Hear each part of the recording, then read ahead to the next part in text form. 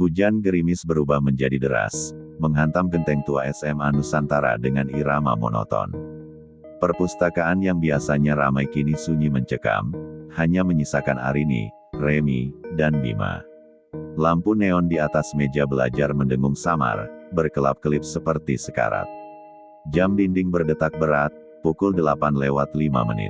Tiba-tiba, keheningan itu robek oleh suara samar. Bukan langkah kaki, bukan suara buku yang jatuh, melainkan bisikan lirih, menusuk, membawa nama mereka satu persatu. Arini, Remi, Bima. Arini spontan menggenggam pulpen lebih erat, matanya melebar. Remi menoleh cepat ke arah lorong, jantungnya berdebar tak karuan. Sementara Bima mencoba menunduk lebih dalam, berpura-pura tak mendengar, meski wajahnya mulai pucat. Suara itu bukan sekadar bisikan, ia seperti desahan angin dari liang kubur, dingin, tajam, merayap masuk ke dalam tulang. Bima akhirnya memberanikan diri melangkah ke ambang lorong. Lampu neon di sana mati hidup, membuat bayangan di dinding bergerak sendiri seperti makhluk yang bernapas. Di lantai, jejak kaki basah muncul satu persatu, padahal tak ada bocoran dari langit-langit. Jarak antar jejak itu tidak wajar, terlalu jauh untuk langkah manusia. Seperti sosok yang tidak berjalan, melainkan melayang, hanya sesekali menapakkan kaki. Lalu datanglah bau itu, wangi melati, pekat, menusuk, tidak alami. Semakin mereka hirup, semakin membuat kepala pening, seperti sedang dicekik wewangian yang busuk di balik manisnya. Bima mundur tergesa, wajahnya kaku. Itu, nggak normal, suaranya bergetar, hampir tak keluar. Arini dan Remi ikut mengintip, dan hawa dingin menyapu wajah mereka, membuat bulu kuduk berdiri bersamaan. Toilet perempuan di ujung lorong terbuka sedikit, pintunya bergoyang pelan, berdecit panjang, seakan mengundang mereka masuk. Hawa di dalam begitu menusuk, dinginnya aneh, seperti udara di dalam ruang mayat. Mereka masuk dengan langkah ragu. Di bilik paling ujung, di tengah kegelapan, tampak patung perempuan mengenakan seragam sekolah model lama. Batu hitamnya mengilap, ukirannya detail, hingga tampak hampir hidup. Matanya kosong, namun jelas menatap mereka. Patung itu duduk membungkuk, rambut panjang tergerai ke lantai, dan di bawahnya menggenang air hitam pekat. Jejak kaki basah yang mereka ikuti berakhir tepat di sana, seolah patung itu adalah tujuan terakhir. Arini berbisik nyaris tak terdengar, patung ini, sejak kapan ada di sini? Tidak ada yang bisa menjawab. Remi, entah karena dorongan rasa ingin tahu atau teror yang tak terkendali, mengulurkan tangan ke arah patung. Namun sebelum jarinya menyentuh, suara cekikikan melengking meledak dari dalam bilik. Tawa itu seperti paku berkarat digoreskan di papan tulis. Bima menjerit histeris, berlari keluar tanpa menoleh. Arini dan Remi menyusul, tapi begitu mereka tiba di lorong, Bima sudah lenyap. Yang tersisa hanyalah suara tawa itu, kini berubah-ubah antara tangisan memilukan dan jeritan panjang. Suaranya datang dari segala arah, membuat lorong yang sempit itu terasa seperti perut raksasa yang berisi ribuan arwah. Mereka terus berlari sampai tiba di depan laboratorium kimia. Pintu terbuka sendiri, menjeritkan engsel karatnya. Di dalam, suasana suram, bau belerang bercampur dengan busuk daging terbakar. Di tengah ruangan, sebuah cermin besar yang biasa dipakai untuk demonstrasi praktikum kini penuh retakan seperti sarang laba-laba. Dari permukaannya, terlihat bayangan Bima. Ia berdiri dengan punggung membungkuk, seolah tubuhnya menanggung sesuatu yang sangat berat. Saat dipanggil, bayangan itu berbalik. Wajah Bima tampak pucat mati, matanya hitam legam, dan di dahinya tergores tulisan merah, seolah diukir paksa, Maya. Kembali ke perpustakaan, di meja Arini tiba-tiba sudah ada sebuah buku tua. Sampulnya lusuh, tebal, dengan noda kecoklatan seperti darah yang telah lama mengering. Di halaman pertama tertulis nama, Maya. Mereka teringat bisikan rumor lama, Maya, siswi yang menghilang tanpa jejak puluhan tahun lalu. Tulisan di dalam semakin lama semakin kacau, dari catatan harian normal berubah menjadi coretan putus asa, gambar-gambar wajah tanpa mata, dan sketsa sebuah patung. Patung yang sama persis dengan yang ada di toilet. Di bawahnya tertulis, "Dia menepati janji. Dia akan datang menjemputku." Di gudang olahraga, mereka menemukan sebuah kotak kayu lapuk. Isinya boneka usang, gaun putih compang camping, rambut gimbal panjang, wajahnya penuh noda. Boneka itu persis seperti gambar lain di buku harian. Tiba-tiba boneka itu menyanyikan lagu lirih, patah-patah seperti pita rusak. "Aku datang jemput kamu." Matanya yang kosong perlahan terbuka. Dari mulut retaknya, keluar bisikan lirih. "Kamu sudah terpilih, tidak ada jalan kembali." Aula utama gelap, hanya lampu panggung berkedip satu-satu. Di tengah panggung, seorang perempuan berdiri membelakangi mereka, rambut panjang menjuntai menutupi wajah. Kebaya putihnya basah, seperti direndam darah. Perempuan itu berbalik perlahan. Wajahnya pucat, mulutnya merekah dengan senyum terlalu lebar, matanya hitam tanpa dasar. Tangannya menggenggam pisau karat yang masih meneteskan darah. Suara seraknya menggema, "Kalian tidak boleh mencari tahu." Mereka mencoba lari, tapi pintu aula terkunci rapat. Lampu padam total. Gelap gulita. Dari segala arah datang bisikan, tawa, dan jeritan. Arini merasa pundaknya dicengkeram sesuatu yang dingin. Ia menoleh, dan melihat jari-jari kurus pucat dengan kuku panjang menancap ke kulitnya. Nafas dingin berhembus ke lehernya, sementara di depannya, Maya sudah melayang semakin dekat. Mata Maya menyala merah, senyumannya merekah seperti luka. Remy mencoba menarik Arini, namun tubuhnya terhempas ke dinding, darah keluar dari mulutnya. Wajah Maya berubah-ubah, sebentar wajahnya sendiri, sebentar wajah Bima yang sudah hampa jiwa. "Aku menunggumu," bisiknya. Arini merasakan tubuhnya kaku, dingin menjalar, jiwanya seperti tersedot ke dalam mata hitam itu. Saat jeritan terakhirnya menggema, semuanya lenyap. Esok paginya, perpustakaan ditemukan terbuka, namun kosong. Tidak ada Arini, tidak ada Remy, tidak ada Bima, hanya buku harian lusuh di atas meja, terbuka di halaman terakhir dengan tulisan baru. "Mereka sudah bersama aku. Sekarang, siapa selanjutnya?" Setelah Arini lenyap, Remy terhuyung sendirian di aula gelap. Ia berlari sekuat tenaga, pintu aula tiba-tiba terbuka sendiri, menjerit panjang. Remy terlempar keluar, jatuh di lantai koridor yang kini berbeda.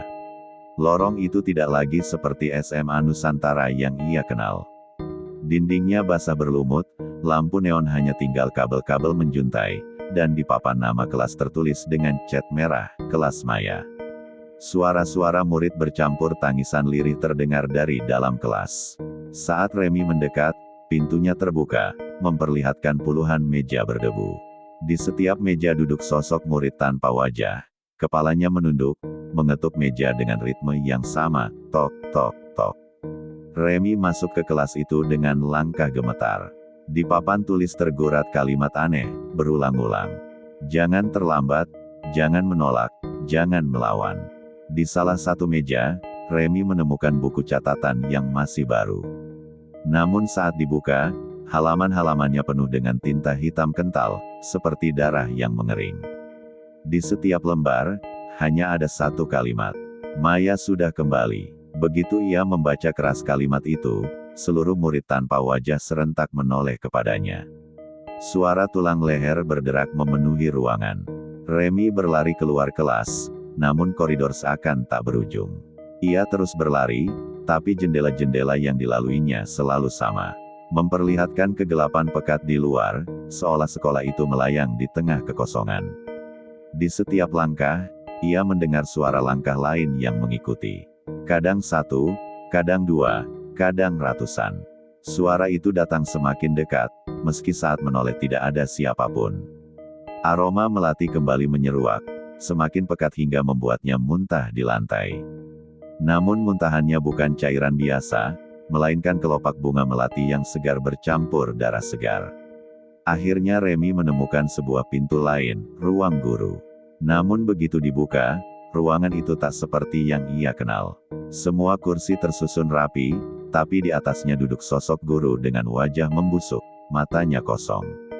Mereka mengenakan seragam dinas lama, lusuh, penuh tanah. Salah satu dari mereka bergerak, tangannya menunjuk ke Remy, lalu berbicara dengan suara parau seperti retakan kayu. "Kamu sudah dipanggil." Maya menunggu di ruangannya. Ruang kepala sekolah kini berubah menjadi ruangan gelap penuh lilin. Di tengahnya berdiri meja kayu dengan sebuah buku besar. Sampulnya dari kulit manusia, berdenyut seperti masih hidup. Remy mendekat dengan tubuh gemetar. Saat ia membuka buku itu, halaman-halaman berisi nama-nama siswa. Sebagian besar tercoret dengan tinta merah. Namun 3 nama di halaman terakhir belum tercoret, Arini, Bima, Remy. Tiba-tiba tinta hitam keluar sendiri, mencoret nama Bima, lalu Arini. Tinggal Remy yang belum. Remy berlari ke jendela ruangan itu, berusaha memecah kaca untuk kabur. Namun di luar jendela ia tidak melihat halaman sekolah. Yang ia lihat hanyalah kuburan luas, nisan-nisan berjejer, sebagian miring, sebagian pecah. Di salah satu nisan, jelas terukir, Arini 2006. Di sampingnya, Bima 2006. Dan di ujung barisan, sudah ada nisan kosong dengan namanya sendiri, Remy 2006. Saat ia mundur dari jendela, tiba-tiba Bima muncul. Namun jelas itu bukan lagi Bima yang ia kenal. Wajahnya pucat, matanya kosong, mulutnya tersenyum lebar. "Bergabunglah, Remy," suaranya bergema. Lebih dari satu, seakan ribuan mulut berbicara bersamaan.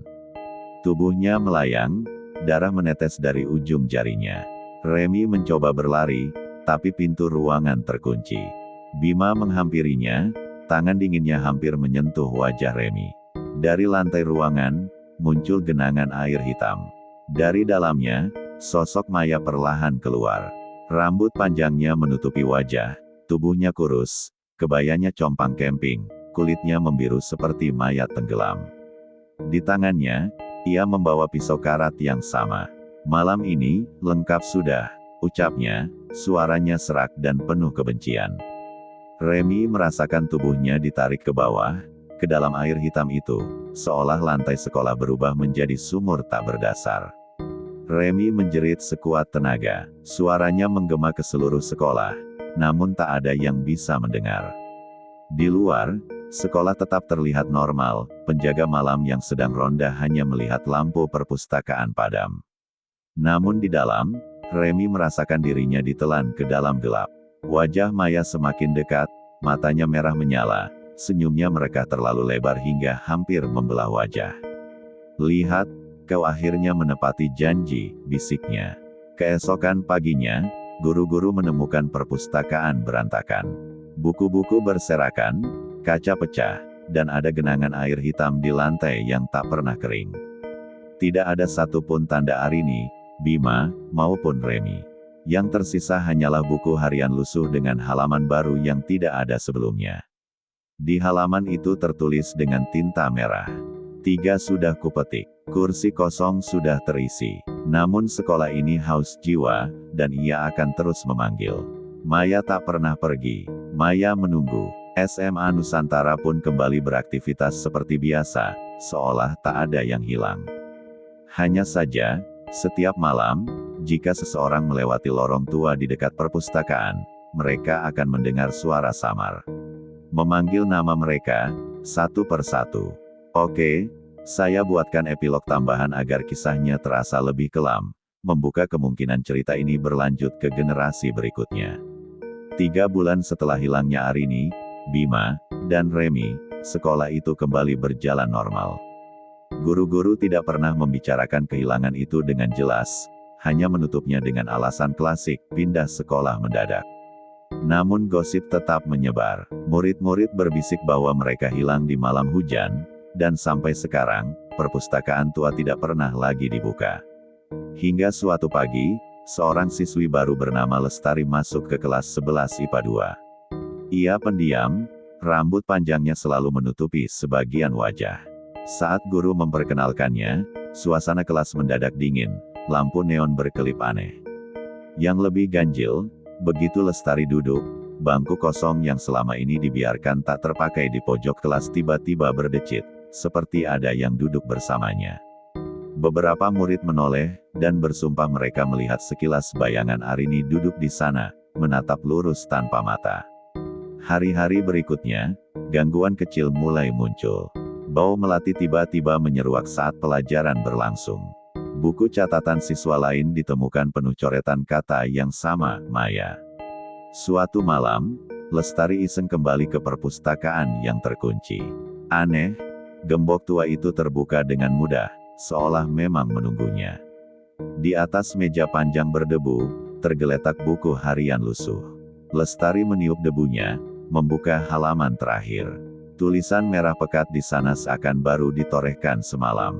Aku sudah lengkap, kini giliranmu yang membaca, akan menjadi bagian dariku. Lestari menutup buku itu dengan tangan gemetar. Tapi dari balik kaca jendela perpustakaan, ia melihat pantulan dirinya, dan di sebelahnya, 3 sosok pucat berdiri diam, Arini, Bima, dan Remi. Ketiganya menatapnya lurus, mulut mereka bergerak bersamaan tanpa suara, membentuk satu kata. Selamat datang.